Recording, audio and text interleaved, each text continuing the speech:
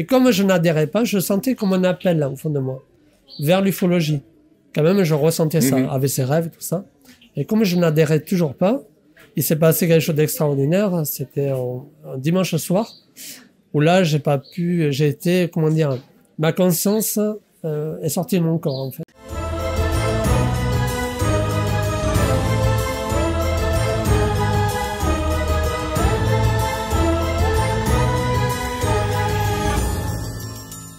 Eric, ravi de te retrouver. Un week-end ici sous le soleil, à la Turballe, Fest OVNI. Fallait-il finalement l'organiser? Ça fait plaisir. Toujours des sujets assez complexes à aborder. On le voit tant finalement l'information est des fois diffuse, truquée, banalisée, des fois réelle. Donc il faut pouvoir tirer les épingles du jeu. Je voulais, avant qu'on aborde un sujet très délicat, l'abduction, faire le tour forcément de cette passion, parce que à défaut d'avoir une démarche scientifique, c'est surtout une passion à l'origine. Toi, Eric, t'es tombé dans l'ufologie comment? Très jeune, en fait. J'ai fait une première observation à l'âge de 13 ans. Oui. Avec une de mes sœurs. En fait, je suis né, j'habite le sud-ouest de la France. Et je suis né dans le département du Gers. Et à l'époque, bon, j'ai 58 ans. Donc, dans les années 75-80, on était tous des jeunes sauvageons dans la nature, tout ça. Et moi, j'avais une passion pour l'aéronautique militaire. Parce qu'à l'époque, la base aérienne 118 de Mont-de-Marsan n'était pas très loin. C'est vrai, et les pilotes de chasse venaient régulièrement survoler le village où j'habitais. Et moi, j'étais à l'admiration devant ces acrobaties. Exactement, et justement, il y avait un ouvrage, j'étais pêcheur aussi, avec mon frère, on pêchait énormément, on partait à la pêche tous les jours, et quand on voyait ces avions, ils faisaient des piquets sur un ouvrage d'art, sur un pont qu'il y avait à proximité, et ils remontaient, ils simulaient, je pense, des attaques.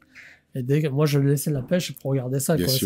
C'était. Donc ça, c'était cette passion. La passion aéronautique, mais vraiment pour les avions de chasse. Uniquement pour les avions de chasse. Technologie terrestre, quand même. Voilà. Observation faite, c'était quoi? C'était un. Observation faite. Alors. Une soucoupe. Est-ce que c'est une synchronicité ou le hasard? Je vais dire. Comme apparemment, je m'intéressais beaucoup à l'aéronautique militaire, les voisins le savaient. Et lors d'une fête de voisinage, ils m'ont offert un livre, un ouvrage. Et moi, je pensais que c'était... Bon, déjà, je les ai remerciés. Je pensais que c'était un livre sur l'aéronautique. Oui. Et le livre s'appelait « OVNI, affaires sérieuses ». Voilà, j'étais déçu, mais j'étais vraiment déçu par ce livre. OVNI, qu'est-ce que ça voulait dire? Je ne connaissais pas OVNI, j'avais 13 ans. Bon, comme je lisais beaucoup, notre mère nous avait appris à lire énormément. Donc, j'ai dit, je vais le lire. Et quand je me suis aperçu que ça parlait de technologie éventuellement, de disques, je ne comprenais pas trop au départ. Et je me suis dit, mais alors c'est possible. Est-ce que d'autres engins venus d'ailleurs peuvent venir comme ça, avec une technologie? C'est le côté technologique qui m'a qui t'a fasciné. Tous les boulons, quoi. Vraiment tous les boulons. Ça m'a fasciné. Comment on traverse l'espace. Voilà. Et moi mis à part les avions de chasse, je regardais pas forcément le ciel. Et à partir de là, j'ai commencé à regarder le ciel. Et en fait, la première observation, c'est venu comme ça. C'est en rentrant du collège. Il y avait un ramasse. 2 jours. Enfin, c'était l'hiver 77-78. Oui. Et on était les derniers sur la tournée scolaire à être déposés devant chez nous. Il y avait 20 km à peu près jusqu'au collège. C'était dans le bus scolaire. J'avais remarqué, moi, j'étais au fond du bus, j'avais remarqué une lumière, ça flashait rouge orangé. Et comme j'avais lu ce bouquin 6 mois avant, je me suis dit, c'est bizarre ce truc-là, ça n'a pas l'air d'être un avion. Donc le bus me dépose et je dis à ma sœur, regarde. Ouais, mais vraiment, c'était flamboyant. Ça perdurait, en tout cas. Ça perdurait. Alors, je lui ai dit, à l'époque, va me chercher le Polaroid. J'avais un Polaroid à tirage instantané, là. Et je lui ai dit, va me chercher, je vais le prendre en photo. Et elle n'a pas eu le temps parce que ça m'a semblé, moi, enfin, dans ma tête de jeune adolescent de 13 ans, m'a semblé que ça commençait à bouger légèrement. C'est devenu plus flamboyant. Enfin, c'est le souvenir que j'ai, moi, de cette observation. Comme une barre. On leur a dit que ça s'étirait comme une barre. Ça s'est déplacé légèrement vers le nord et puis c'est parti. Bon, alors le soir même, j'en ai parlé à mon père. Je lui ai dit, tu sais, non, Oui, mais tu vois, j'ai lu le bouquin, ça peut exister, mais non, t'inquiète pas, ça va être l'armée. Ça choque une vie, on va dire, quand même, parce que ça nous préoccupe. Ça doit être à l'armée, donc j'ai acquiescé. Moi, il me dit, ça doit être un hélicoptère. Oui, certainement. On préfère être rationnel dans ces moments-là. Voilà. Et moi, ça m'allait, quoi. La réponse m'allait très bien. Et j'ai oublié. Mais vraiment, j'ai oublié cette...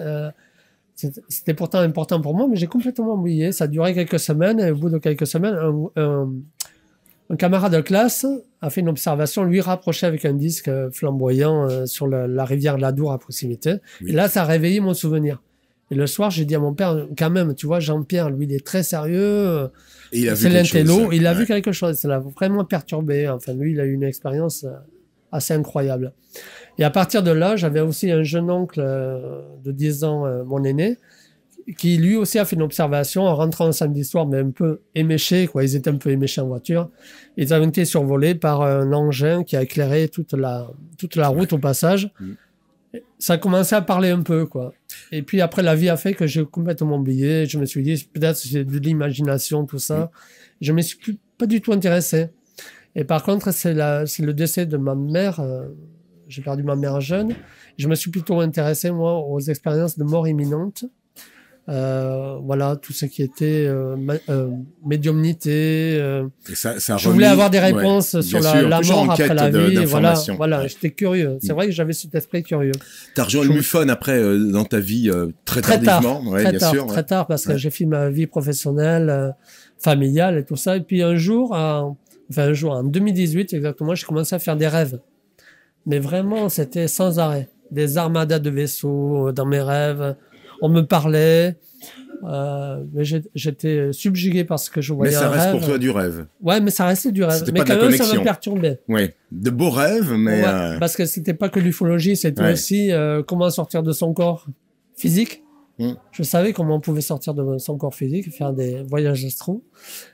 J'enseignais aussi aux gens, donc ça me perturbait, quoi. Donc je disais à ma compagne, c'est pas possible, il faut que j'aille consulter un psychologue, je deviens fou, ou alors la crise. C'est toujours un moment très difficile parce que lorsqu'on quitte finalement les pas du visible ou du moins de la matière, c'est vrai que la société nous catalogue assez rapidement, soit du Luberlu au plus gentil à psychiatrie au plus dramatique. C'est ça. Donc j'ai décidé d'aller voir une psychologue qui m'a répondu, qui m'a rassuré rapidement. Mais les réponses qu'elle me donnait, moi je voulais avoir des réponses. Pourquoi? Parce que ça continuait. Parce que j'avais l'impression que si je ne faisais rien, ça allait continuer, quoi. Ces rêves allaient continuer. Donc j'ai décidé d'aller voir une hypnotiseuse en fait qu'on m'avait conseillé. Et là, pour moi, une régression. Une régression, mais ça n'a pas marché. Elle n'arrivait pas à à te canaliser, disons. Voilà, ça ne marchait pas. Et je m'apercevais même que je pouvais la manipuler, quoi. Je pouvais lui raconter ce que je voulais. D'accord. Et pour moi, du coup, ça n'était plus vrai, quoi. C'était l'imaginaire, et ça me plaisait pas, quoi. Ça ne me plaisait pas. Aujourd'hui, au sein du MUFON, ou du MUFON, si on le prononce à l'anglaise, Eric, tu as trouvé ta place, en tout cas, en termes d'enquêteur, en termes également d'observateur, parce que ce qui est important, on le voit bien, on est sur un dossier qui n'a pas de fond, qui n'a pas de bord. C'est ça. Et donc, moralité, on navigue à vue, en fonction, là aussi, des échanges, des rencontres, des expériences, quand même.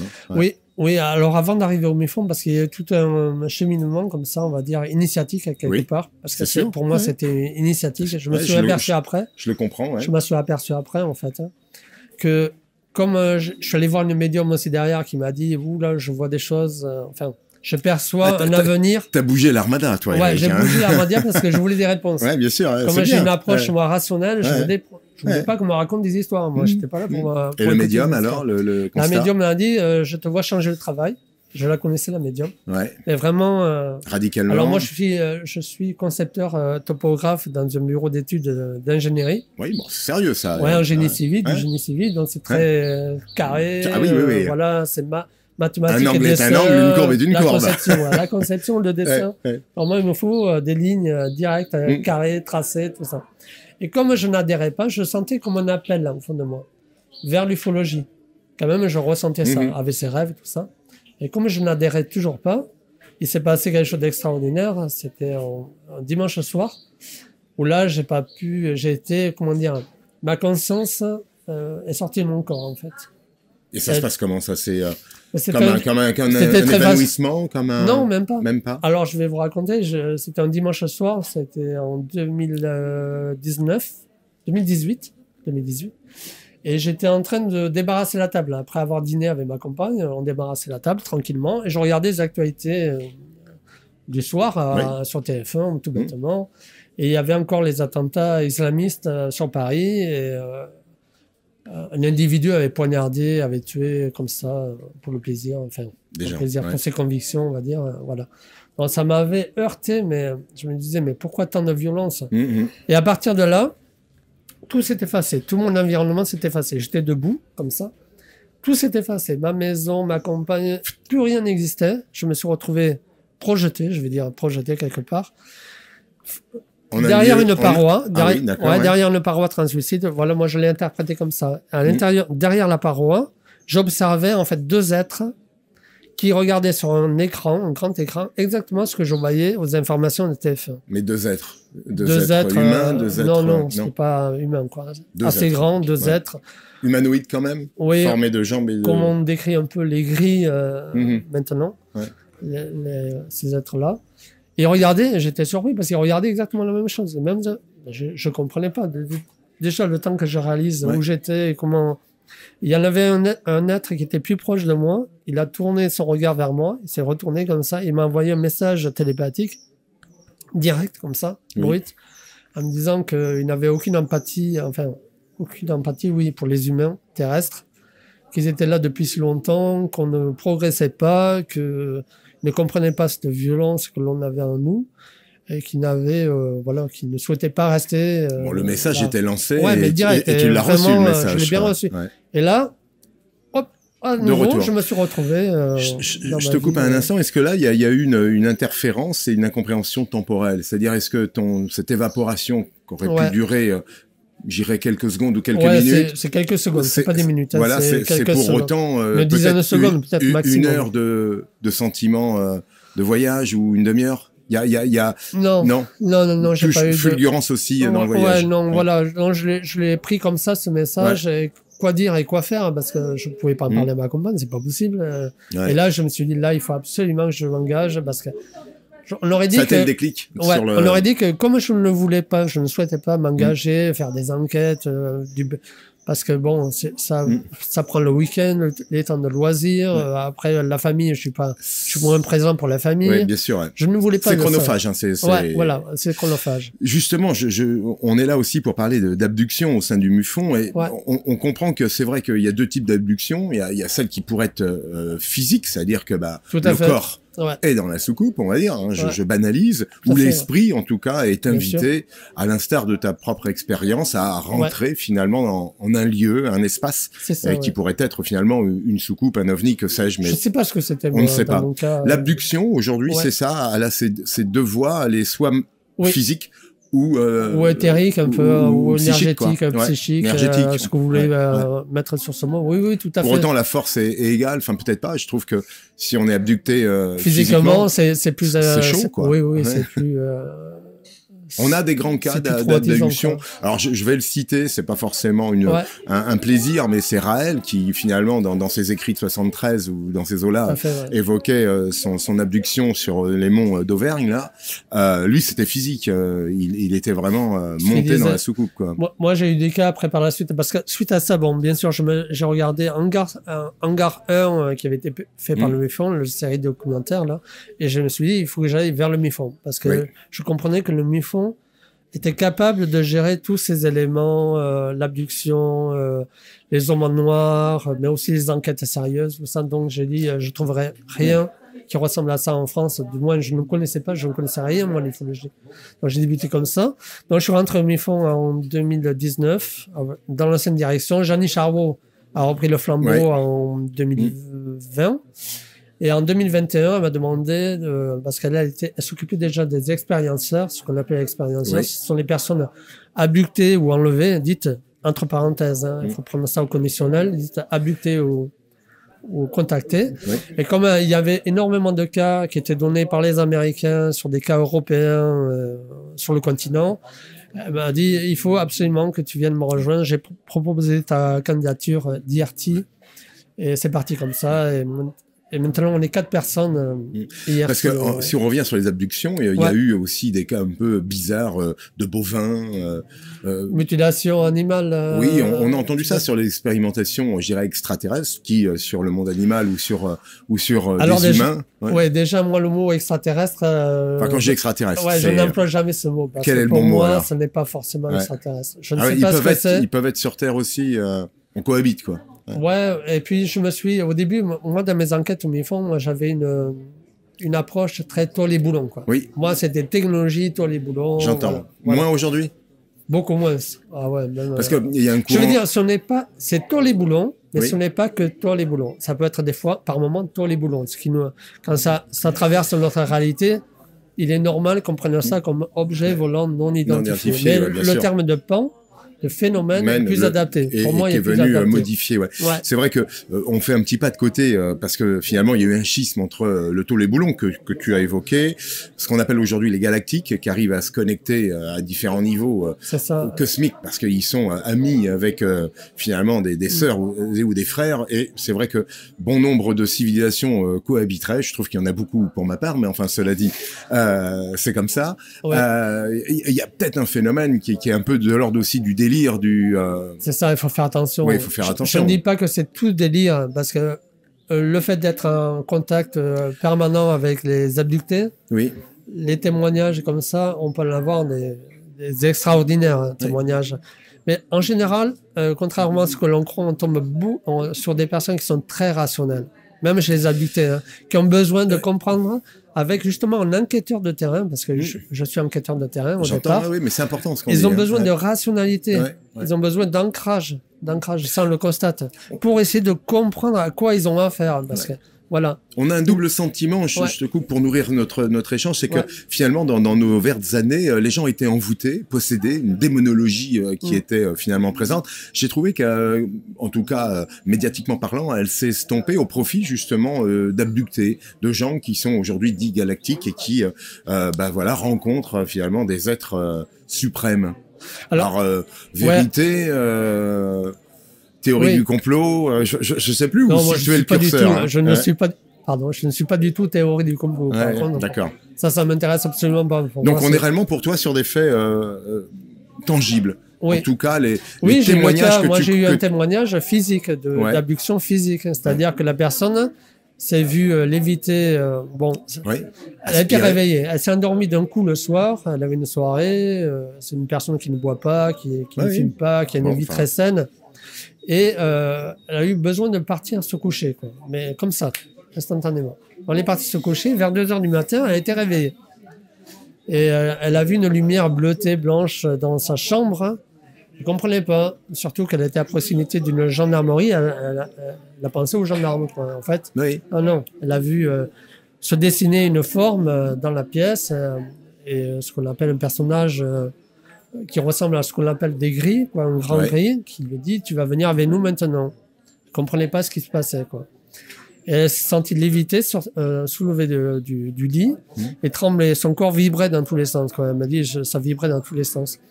Et quand elle a traversé la cloison, enfin le mur, elle m'a dit « J'ai traversé, j'ai perdu connaissance là ».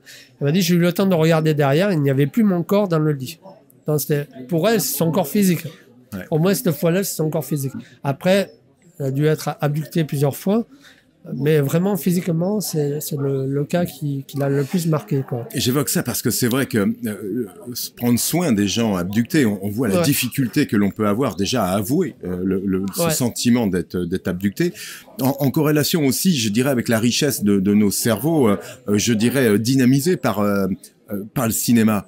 Les Men in Black, qui sont arrivés par le cinéma quand même. Et puis après, on les a vus sur Terre, parce qu'avant, ça n'existait pas, le phénomène des Men in Black. Je suis pas sûr. Je sais pas. Vraiment sûr. Je questionne. Parce qu'aux États-Unis, ça existe depuis les contactés étaient là. Il y a eu énormément de films sur le contact, en tout cas sur les observations. Mais pour autant, c'est vrai que dans notre société de tous les jours, Dieu que ce poids est en milligrammes, j'allais dire. On a finalement j'allais chercher le bon terme, mais un opposé, je vais faire simple, entre finalement ce qu'on peut d'une manière matérielle compter, vais-je le dire proprement, de toutes les observations, de toutes les rencontres.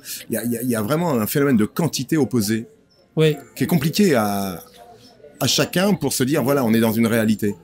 Moi, j'essaie toujours d'avoir, comment dire, l'esprit éclairé, en me disant, même si j'ai quelqu'un qui a une expérience extraordinaire, je vais dire, attends, pose-toi 1 minute, essaie de comprendre ce qu'elle veut te dire, ce qu'elle souhaite te dire.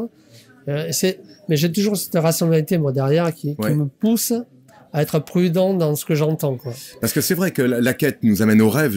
Voilà, on peut rêver de vaisseaux comme toi, de planètes, on peut s'embarquer. C'est quand même notre chimie. Notre chimie, elle est encore très méconnue du monde scientifique, du monde médical. Et peut-être que nous sommes nous-mêmes un univers. Tout à fait.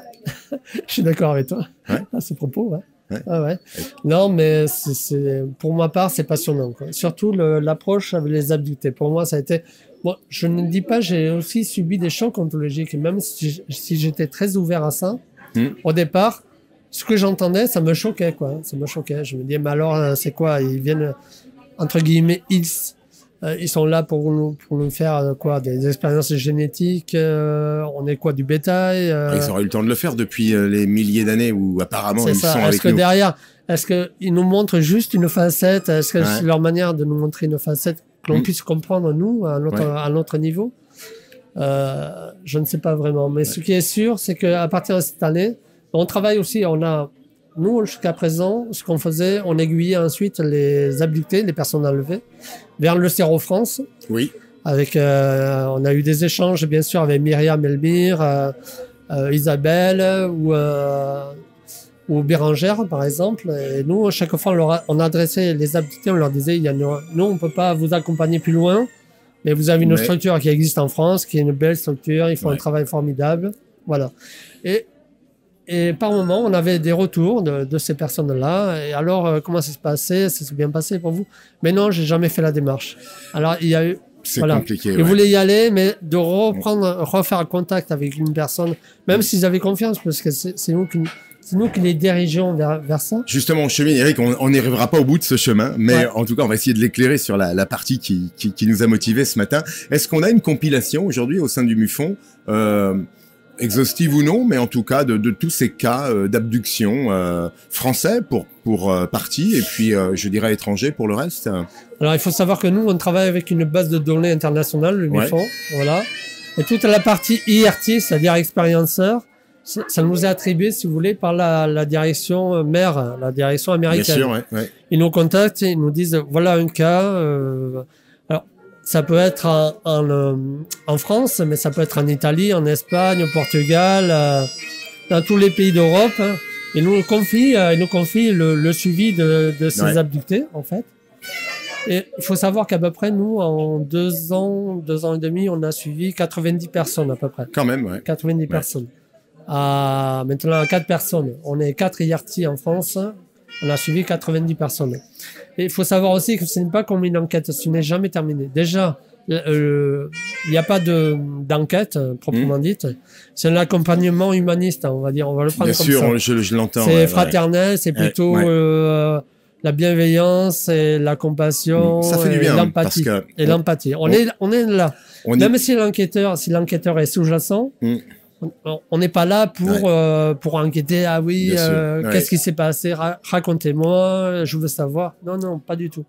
Il n'y a aucun jugement, c'est l'accompagnement pur et dur.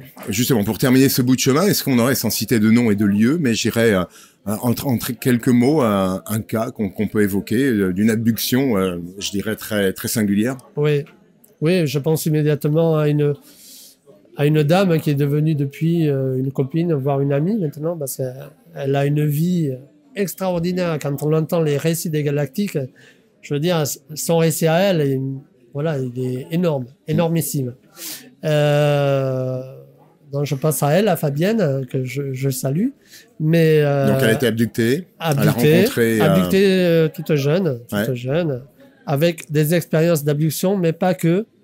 Tu as évoqué le galactique, elle a rencontré des Syriens, non, tu sais pas. Non, elle a rencontré principalement les gris. Des gris, d'accord. Les grands gris.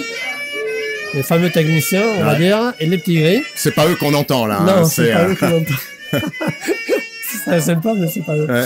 Et voilà, elle a une image des gris un peu différente. Ce n'est pas que cette hostilité qu'on nous a dépeint depuis de longues années. Surtout les petits gris.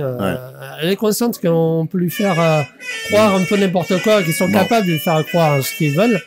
Mais elle est raisonnée dans ce sens-là, et elle me dit, je vois un peu quand même de douceur quand même dans leurs gestes. On voit bien qu'ils me remercient. Voilà, ils remercient, ils lui font des soins énergétiques, comme pour la remercier. On s'attend à... Oui, excuse-moi, je t'ai coupé. Sur la commune de Pau, de Pau dans les Pyrénées-Atlantiques, dans le sud-ouest. Je dirais que la prochaine étape sera réellement le grand contact, on l'attend. Et... Je ne sais pas si ça fera... Pour moi, le contact est déjà fait, je vais dire. Pas pour moi personnellement, mais pour l'humanité. Mon avis, le contact est fait depuis très longtemps. Seulement, on a du mal à... On pense que ça va se faire de façon pyramidale, hiérarchique, avec nos gouvernements, nos dirigeants. Je pense que ça ne se fera jamais, honnêtement.